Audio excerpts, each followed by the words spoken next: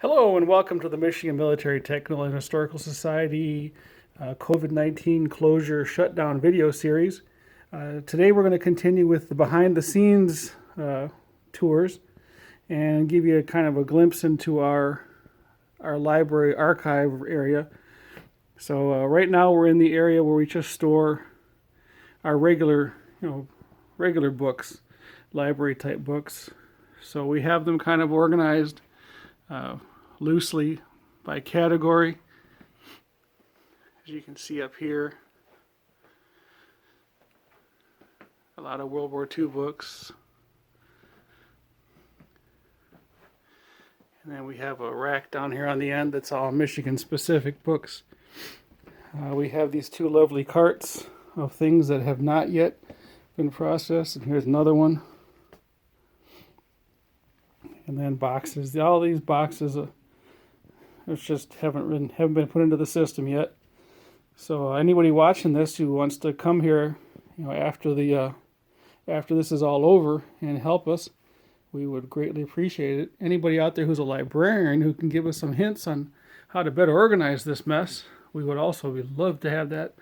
We've got some of the larger artifacts that we kind of have stashed back here.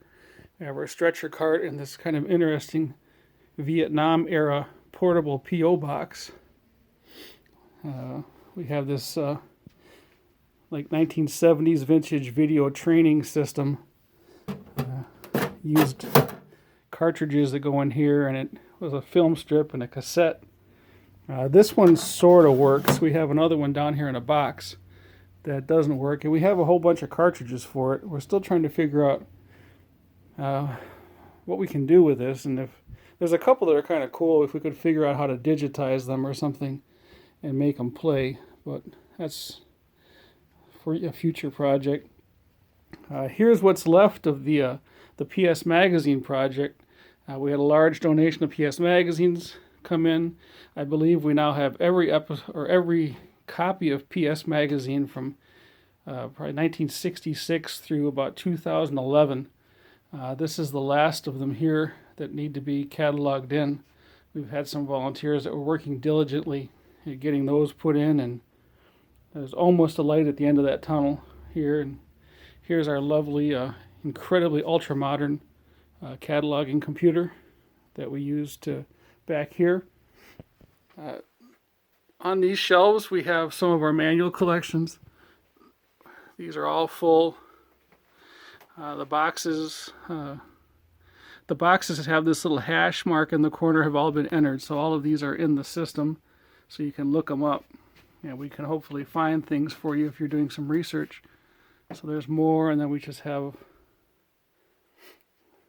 all these. Got some kind of cool manuals. It's a very eclectic mix of stuff that's been donated. We periodically have to go through and thin things out. We were lucky to pick up this rolling shelving unit and for cheap, and then we had it was an Eagle Scout project that actually came and put this nice floor in for us and the rack trail, and we're able to put this together so we can actually use it. So up here you can see these are all the PS magazines up here in these boxes, and then all of these binders are some sort of manual, vehicle manuals, weapons manuals, training manuals, field manuals, all sorts of stuff. Some of our two-dimensional archives are stored up here, and then we have this magazine collection that doesn't want to stay standing. One of these days, if we start running out of room back here, this will probably be the first thing to end up going, as we don't really know. Most of these magazines are available online now. We have some photo collections, and then again a pile of magazines that have not yet been processed.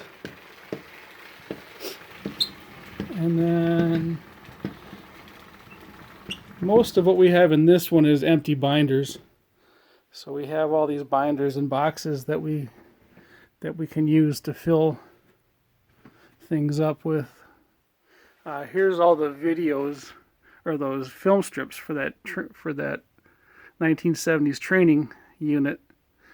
You can see that we have quite a number of them.